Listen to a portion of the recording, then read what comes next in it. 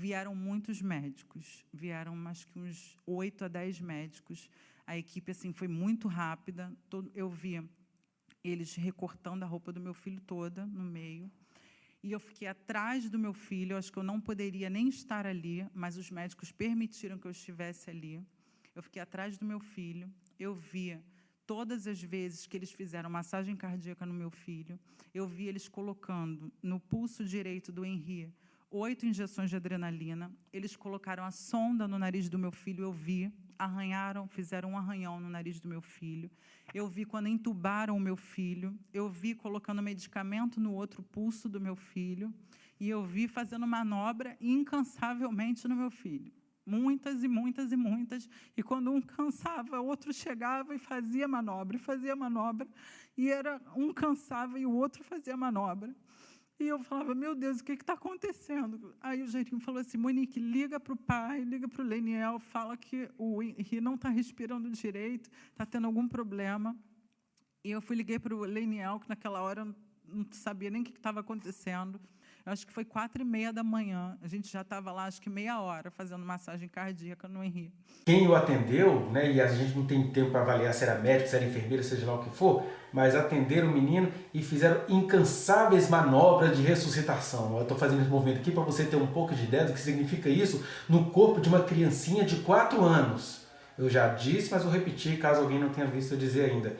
Eu, quando estava cuidando do meu sogro, que faleceu de ELA, né, de esclerose lateral amiotrófica, bulbar, ele foi perdendo seus movimentos de voz, de fala, de respiração aos poucos, e ali, enquanto ele estava internado, eu fui um dos que tomei conta dele, eu vi o pessoal reanimando uma outra pessoa que estava nessa situação, um senhor de 45 anos, com poucas medidas de ressuscitação, eles lhe quebraram 4 costelas.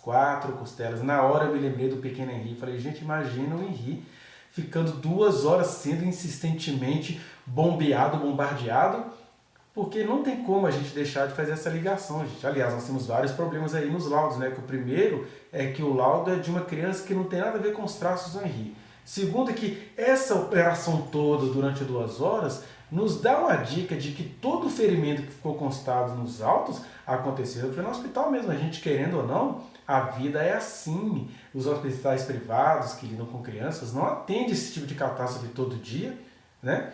E aí não souberam realmente o que fazer com o menino Henri. É uma pena que, como se diz, extraviaram, né, vídeos, extraviaram filmagens, extraviaram fotos, extraviaram tudo. E isso é tão estranho para o hospital, porque a opinião pública insiste em colocar as dúvidas sobre a mãe que foi acordada já com seu bebê desfalecido.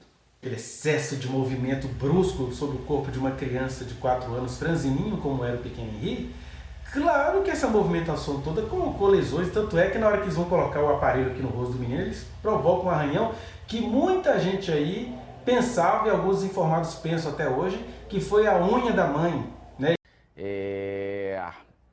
A cabeça já inchada, uma criança linda que horas antes eu entrego meu filho bem, com marcas aqui no nariz, parecendo unha. Colocaram a sonda no nariz do meu filho, eu vi. Fizeram um arranhão no nariz do meu filho. Eu vi quando entubaram o meu filho. Eu vi colocando medicamento no outro pulso do meu filho. E eu vi fazendo manobra incansavelmente no meu filho. Muitas e muitas e muitas. E quando um cansava, o outro chegava e fazia manobra, e era um cansava e o outro fazia manobra. Porque a criança não tinha nenhum tipo de lesão externa. Ela ia pegar um acesso venoso para começar a fazer medicação para tentar reverter a parada. Estava como assessora técnica do secretário de polícia, mas ele me colocou como se eu fosse uma subsecretária para a perícia. Então, tudo que era com a perícia, eu que coordenava.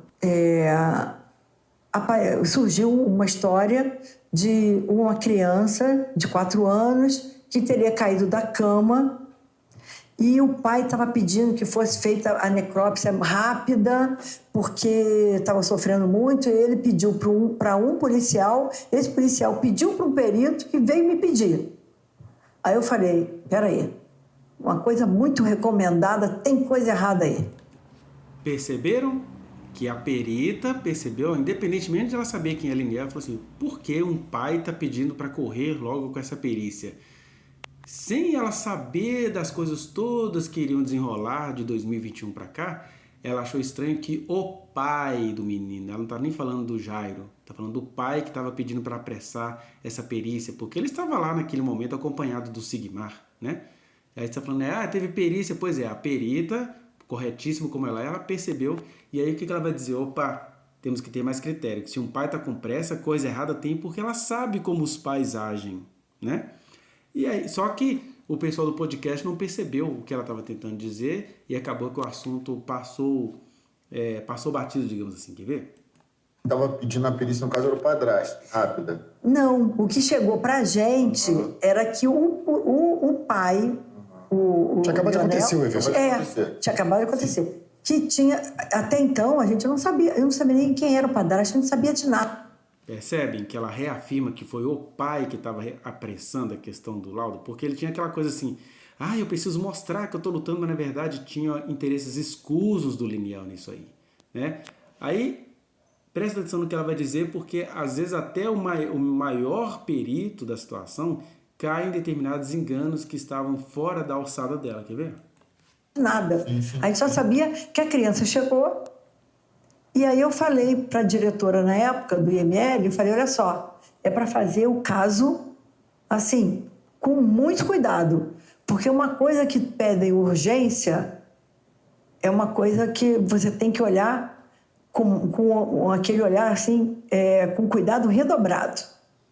E aí o perito falou, olha, ele não morreu da queda. Ele morreu de traumatismo, ele teve vários traumatismos, estava todo... E é aqui, gente, que a gente precisa prestar atenção. De fato, ele morreu de traumatismo. E ela vai cair, né, na conversa do coletivo, porque o coletivo não percebeu que aconteceu alguma coisa aí, que a Monique diz no depoimento dela. A Monique fala, olha, o meu filho, né, aqueles laudos apresentam como meu filho saiu do hospital, e não como meu filho chegou. Então, como ela não sabia de nada do hospital, que o menino já tinha ficado quase 2 horas naquela tentativa de ressuscitação, que eles entubaram o menino, que ali houve até um ferimento no pulmão do menino, que aquilo tudo em si mesmo já traumatiza o menino por dentro, então ela vai fazer as acusações dela porque ela não tinha conhecimento dessa causa e ela não sabia de várias coisas, inclusive ela não sabia dos procedimentos do hospital, né? E o hospital sumiu com toda a filmagem e tudo. Então, eu acho que quando tanto as defesas da Monique quanto as defesas do Jairo suspeitam da situação do hospital, tem cabimento sim. Porque se essa perita soubesse que o menino tinha passado por várias questões do hospital, ela iria entender a origem dessas lesões aí, que ela viu as lesões, só que ela não pode afirmar que essas lesões aconteceram em casa. Essas lesões aconteceram no hospital, e isso está muito claro. É que o poder público não quis mexer com esse hospital poderoso, né? Um hospital tão poderoso que sumiu com todas as filmagens desse dia. Vocês não acham isso estranho, não? Então, quando ela fala assim que tinha muitas lesões, tinha. Só que, como a Monique diz no depoimento dela, foram lesões provocadas nos procedimentos hospitalares, imagina? O hospital, o Barra D'Or, demora 6 meses para entregar o raio-x do Henri Borel. Esse raio-x só vai fazer parte do processo 6 meses depois. 6 meses depois a gente tem um lapso temporal bastante grande. Você imagina um caso que começou aqui, 6 meses estava num furdunço aqui em cima. Quando a gente olha o raio-x, está escrito o nome dele, aqui o Henri Borel, tem a data, tem aqui o corpinho do menino, tá ligado, a gente vê, né, as imagens dos eletrodos, inclusive, e a gente vê o seguinte, um pneumotórax bilateral. O que é um pneumotórax bilateral? Na hora que foi feita a intubação, teve uma perfuração no pulmão direito e depois no esquerdo, ou começou no esquerdo e depois no direito. Esse raio-x, você só vai fazer o pneumotórax bilateral se você estiver vivo.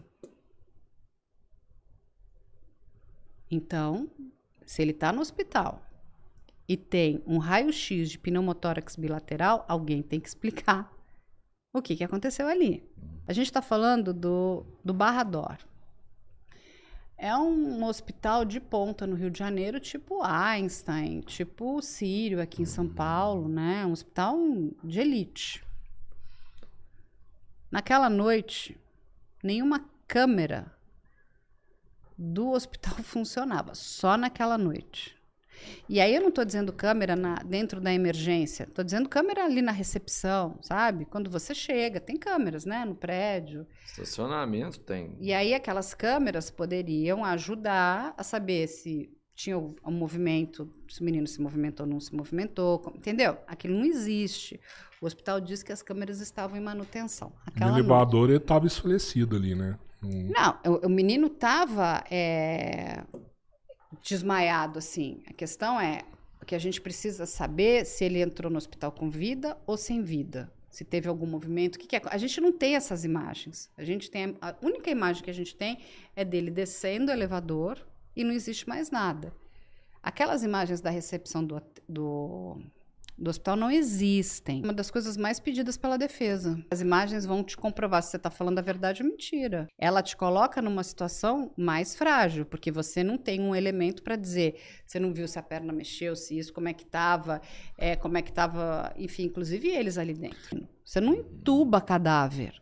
Eu falei, mas o que raios é uma laceração hepática? Aí, um médico, adorei, foi a melhor explicação que eu tive. Ele falou, você não corta seu dedo assim? Se a gente não corta dedo? Uhum. A gente corta os nossos órgãos também. Você pode ter, às vezes você vem, até uma batida de carro, sabe, assim? Sim. O cinto, dependendo da força, você vai ter uma laceração. A mesma coisa que você teve aqui, você pode ter nos seus órgãos internos. Você fica em repouso, aquele órgão vai se regenerar. Aí eu perguntei, aí fui procurar. Laceração hepática grau 2, né? Índice de mortalidade, não tem. Está escrito, está lá, no processo. Que ele morre. Laceração hepática grau 2. Bom, aí, no processo, tem 6 retificações do laudo necroscópico do Henri Borel. 6. Dá pra ver o que modificou? Cada hora era uma coisa. Primeiro o nome do hospital, depois a cor do olho. Eu falei, gente, quem que é essa pessoa que eles estão escrevendo aqui? Bom, mas nas 6 tem algo muito curioso. Nas 6. O quê? O médico legista escreve, não há sinais de maus tratos. Está escrito nas 6. Ou seja, laceração hepática grau 2, não há sinais de maus tratos. E tenho um raio-x de um pneumotórax bilateral. Vou começar a fazer perguntas para o perito. O perito não sabe responder. Falei. Aí pergunta para o perito, uma hora ele pergunta assim, quem tirou as fotos do corpo do Henri? Ele não sabia responder. Como essas fotos foram parar no processo? Ele também não sabia responder. Bom, eu acho que isso vai subir. E aí, todos esses erros processuais vão ser expostos. Que podem anular o júri depois. E aí, exatamente, porque, cara, numa boa, não tem câmera. Um hospital de ponta dizer pra mim que aquelas câmeras não funcionaram, e assim, não tem nem para ajudar nem A, nem B, nem C, a gente não cola. Só aquela noite, não, então depois funciona, mas aqui não gravou, não sei o que, o sistema não funcionou. Fala, ai, gente, tá puxado isso. Muito bem, então vai, não tem. Aí, então a gente não sabe como é que fica 3 horas e meia em processo de reanimação de um cadáver. Eu falei, bom, depois a gente vai entubar um cadáver. Aí eu até perguntei para alguns médicos, não, a gente entuba cadáver nas aulas de medicina, né, para ensinar. Aula prática ali. Mas você não entuba cadáver, cadáver é cadáver. Chegou cadáver, você vai dizer, ó, chegou cadáver, ele tem que ir, né, para o serviço de verificação de óbito, para entender do que ele morreu, que é o caminho correto. Se o serviço de verificação de óbito entender que tem algo criminoso ali, ele tem que mandar para o Instituto Médico Legal para fazer uma perícia médica. Aí, esse menino vai para lá, tem 6 laudos necroscópicos, aí o médico legista atesta que morreu de uma laceração hepática grau 2. Conversei com vários hepatologistas, grau 2 não mata ninguém. Poderia estar brincando, bateu a barriga, né? Enfim. Uhum. Aí, não tem a foto daqui, né? Que a gente escutava, né? Que isso aqui deveria estar tudo arroxeado, espancado, né? De espancamentos. E aí tem lá, nas 6 certificações, nas seis, tem um monte de coisa que mudou, menos isso. Lá nas observações do próprio médico legista que ele vai assinar, não há sinais de maus tratos. Foto Então, dos que sinais braços, de das maus tratos são pernas esses? não tem marca nenhuma também. Hã? Nas fotos dos braços, das pernas, Não, aí a gente vai não tem encontrar. marcas. Só que Sabe? chutou o tronco do menino. Aí o que né? acontece? Ele vai ter Que as pisava no menino. coisas É por isso. punctórias, né? Que ele recebeu, soro, né? Então tá aqui, ele vai ter aqui no corpinho. E a maca onde ele ficou, que foi feito a reanimação, né? Pra fazer lá as massagens e tudo mais. A maca tem bolinhas, sabe aquelas coisas? E você tem que fazer uma coisa... Os médicos estavam me explicando, né? Os médicos socorristas. Você não pode fazer numa coisa... um negócio que é muito mole, né? É duro. Então, você tem que botar pressão. Essa pressão que aparece, essas bolinhas, são do negócio da maca. Entendi. Uhum. Da textura da maca. Vamos lá. Aí... eu fui perguntar também, cadê o... Eu perguntei, aonde tá, né? Porque esse menino, quando chegou... Por exemplo, se você chegar, você passando uma primeira coisa, mesmo desmaiado, meio sem vida, eles vão te ligar em aparelhos, né? Sei lá, para ver se você tá com batimento cardíaco, qual é a sua oxigenação, pressão, tudo isso. Eles ligam a gente. Esse menino também foi ligado, isso... O prontuário médico sumiu. Muito bem, sumiram com o prontuário médico. O prontuário médico não existe, o prontuário médico não faz parte do processo. Aí eu fui conversar com os nossos queridos hackers, a galera da área de tecnologia. Eu falei, cara, essas maquininhas todas que a gente liga para ver batimento cardíaco, sabe o que eles falaram para mim? Carla, o hash fica todo lá, todas as informações. É só você puxar que horas que você ligou. Ele está ligado na máquina 32... de 8h30 às 10h30, todas aquelas informações da máquina 32 são o monitoramento. É só você puxar o resto da máquina. E aí, eles fizeram isso? Não. Os hackers não conseguem Não, invadir, não, o que eu tô querendo dizer é o seguinte, você teria como pegar isso. Então, sim. Porque tudo é eletrônico, gente. Não é que o cara pegou, fez ausculta com negócio. Não, ele ficou ligado em monitoração. Tinha um monitoramento. Inclusive, no raio-x dele, aparece os eletrodos de monitoramento. Cadê todas essas informações? Não existem. Essa é uma realidade. Dá para a gente ter hoje? Não dá. Se passou muito tempo. Para conseguir esse raio-x, foram 6 meses. Aí o hospital se sentiu obrigado a colocar, né, a entregar o raio-x para que hoje ele faz parte do processo. E eu chorando, o pai do Jairinho chegou também, ficou do meu lado atrás, ele ajoelhou, eu vi o pai do Jairinho ajoelhado, rezando. Eu lembro que eu fazia carinho no meu filho assim, com a mão para trás, não acreditando no que estava acontecendo, fazia carinho, e ele voltava com a mão para frente para consertar o cabelo dele, eu voltava com a mão para trás.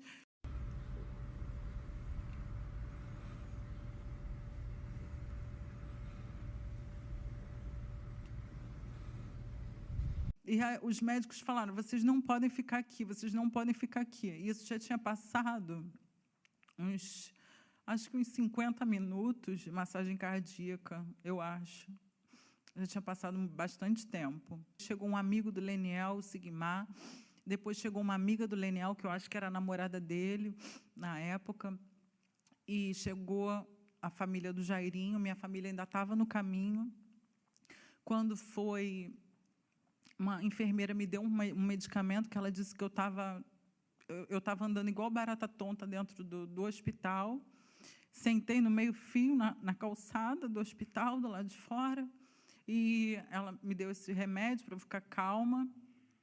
Daqui a pouco, chegou, o Leniel ficou lá dentro também, acho que umas meia hora, olhando o Henri, também, que eles já tinham mandado a gente sair, mas o Leniel ainda foi lá olhar o Henri. O Henri não tinha, Excelência, um roxo. O meu filho não tinha um roxo. Ele não tinha um machucado no corpo. Nenhum. Eu vi meu filho pelado, em cima daquela maca no leito, sem nenhum roxo. Não tinha nada. O Leniel chegou, ele ficou uns 30, 35 minutos também com meu filho. Não tinha nenhum roxo, nada. As médicas não disseram nada. Nada, não existia machucado no meu filho. E a gente não sabia o que estava acontecendo. Ninguém sabia o que estava acontecendo. Quando foi 5h52 da manhã, acho 5h52 ou 5h42, vieram dar notícia que o meu filho tinha morrido. E, assim, acho que foi aquele momento assim que eu não sei nem explicar. Não sei se a senhora é mãe, mas, assim, é como se estivesse alguém arrancando um pedaço de você. Alguém estava arrancando um pedaço de mim dentro daquele hospital. E eu falei assim, mas não pode. Aí eles falaram assim, olha, seu filho chegou em PCR. A gente não sabe qual foi a causa da morte. Ninguém sabia qual era a causa da morte.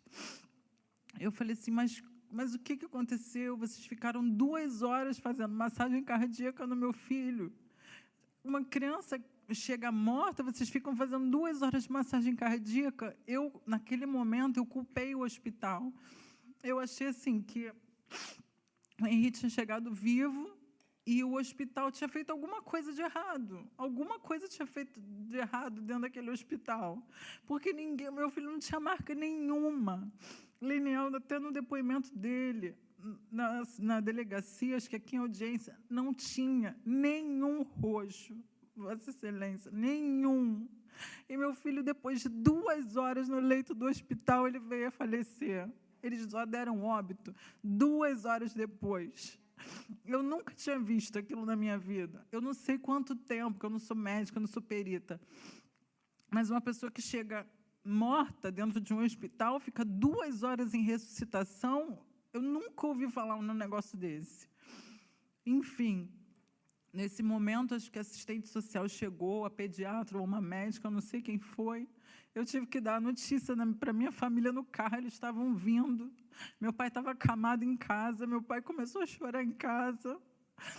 E a minha família estava chegando no hospital ainda. E começou a chegar, acho que a família do Leniel, eu não lembro mais quem estava. E todo mundo abalado, chorando muito.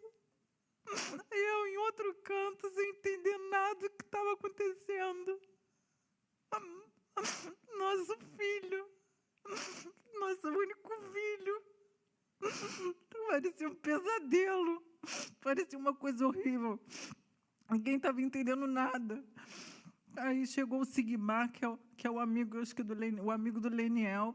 É uma pena que, como se diz, extraviaram, né, vídeos, extraviaram filmagens, extraviaram fotos, extraviaram tudo.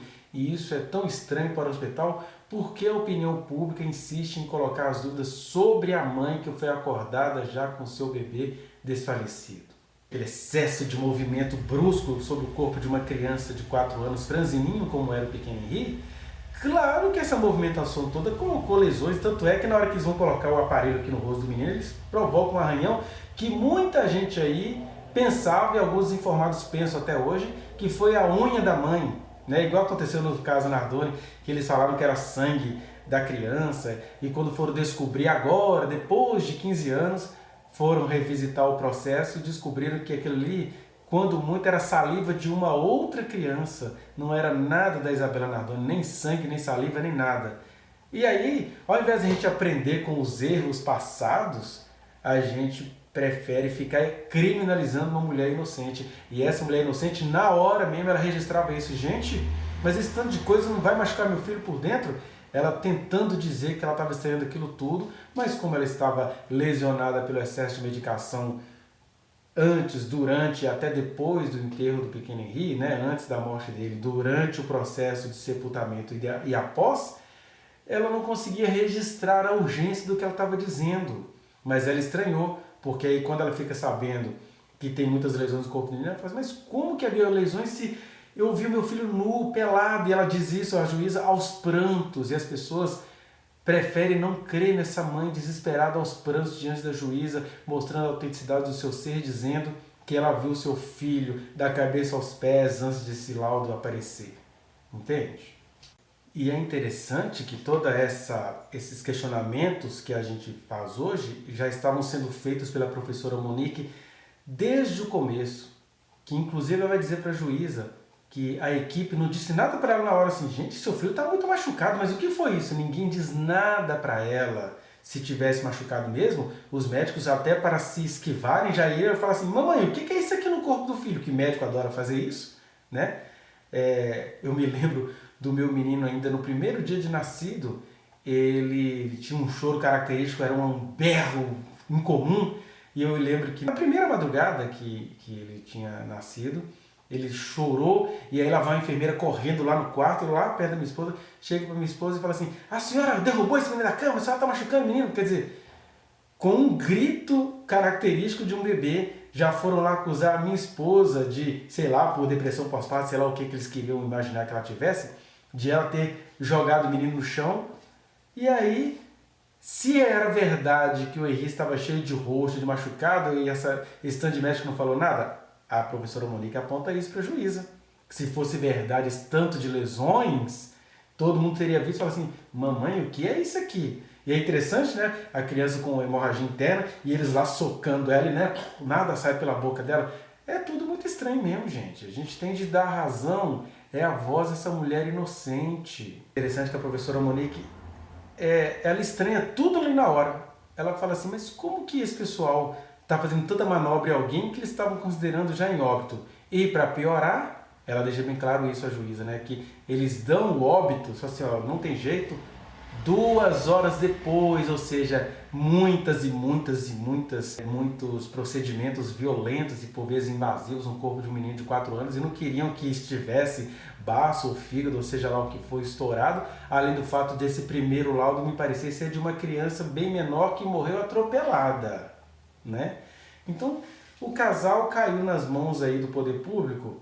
O Jairo tem seu rastro e seu lastro de coisas estranhas, mas agora a professora Monique, completamente inocente, inclusive ela fez essas observações todas na hora. O problema é que a gente não sabe o que o poder público faz com as nossas ações e ela se esqueceu de estar registrando isso, né? Alguém poderia estar lá do lado dela com a mente mais fresca e falar, Monique, filma isso. Filma tudo que você está falando aqui e tal, né? Numa outra situação, alguém deveria ter feito isso. Mas como a gente acredita no médico, a gente acredita na polícia, a gente acredita no poder público, ela não tinha como registrar isso. Mas é interessante que a palavra dela é autêntica, passa por qualquer teste autêntico de psicologia. Agora, o hospital esconder tudo, o poder público errar os relatórios, isso acontece mesmo. É muito interessante a implicância da população e do poder público contra essa mulher inocente.